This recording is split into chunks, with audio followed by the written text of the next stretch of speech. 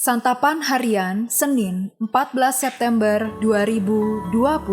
Hari ini kita akan membaca Mazmur pasalnya yang ke-105 ayat yang ke-12 hingga ayatnya yang ke-22. Namun sebelumnya, mari kita berdoa. Layakkanlah kami ya Kristus untuk menerima sabdamu. Di dalam cintamu ya Kristus, kami memohon. Amin. Mazmur 105 ayat 12 sampai 22. Ketika jumlah mereka tidak seberapa, sedikit saja, dan mereka orang-orang asing di sana, dan mengembara dari bangsa yang satu ke bangsa yang lain, dari kerajaan yang satu ke suku bangsa yang lain, ia tidak membiarkan seorang pun memeras mereka. Raja-raja dihukumnya oleh karena mereka.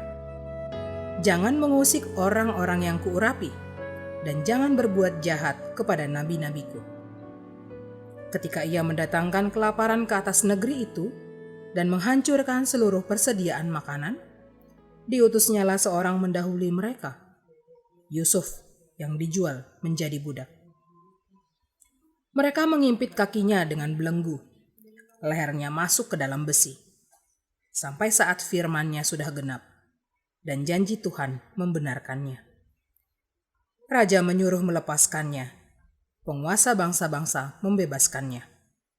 Dijadikannya dia tuan atas istananya dan kuasa atas segala harta kepunyaannya, untuk memberikan petunjuk kepada para pembesarnya sekehendak hatinya dan mengajarkan hikmat kepada para tua-tuanya. Sahabat Santapan Harian, bangsa Israel dimulai dari sebuah keluarga kecil. Mereka mengembara dari satu bangsa ke bangsa yang lain, dari satu suku ke suku lainnya. Dalam hal ini kita melihat bagaimana Tuhan menjaga dan memelihara mereka dengan luar biasa. Mazmur ini ditulis sebagai ingatan kolektif kepada orang-orang Israel sebagai bangsa yang kecil dan lemah. Namun Tuhan masih menjaga dan memelihara mereka menjadi bangsa yang besar. Mazmur ini juga mengingatkan bangsa Israel agar menyadari bahwa mereka bukanlah siapa-siapa tanpa penjagaan Tuhan. Hal itu terlihat jelas melalui pengalaman hidup Yusuf yang penuh kepahitan dan penderitaan. Namun Tuhan ubahkan pada waktu yang tepat. Melalui Yusuf, Allah telah memelihara kelangsungan hidup sebuah keluarga kecil yang kelak menjadi bangsa yang besar sesuai janjinya kepada Abraham. Dalam logika manusia, mungkin berbagai peristiwa yang terjadi atas bangsa Israel bisa dianggap sebagai suatu kebetulan.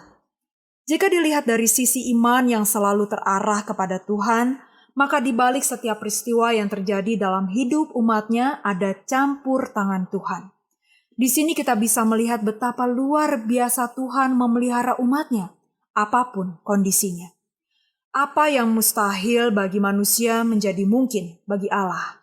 Misalnya, bencana alam atau rancangan jahat manusia dapat dibalikkan oleh Tuhan menjadi pengalaman rohani yang indah. Tidak ada satupun kejahatan yang dapat menggagalkan rencananya.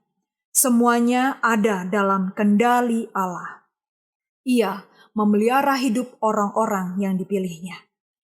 Apakah pengenalan kita akan Tuhan membuat kita melihat setiap peristiwa dari kacamata iman?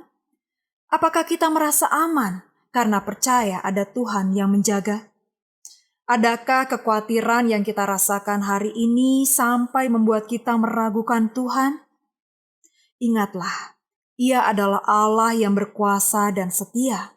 Ia sanggup menjaga dan memelihara hidup umat-Nya. Karena itu, jangan pernah ragu untuk mempercayakan hidup kita dalam pemeliharaannya yang ajaib dan perlindungannya yang penuh kasih. Mari kita berdoa.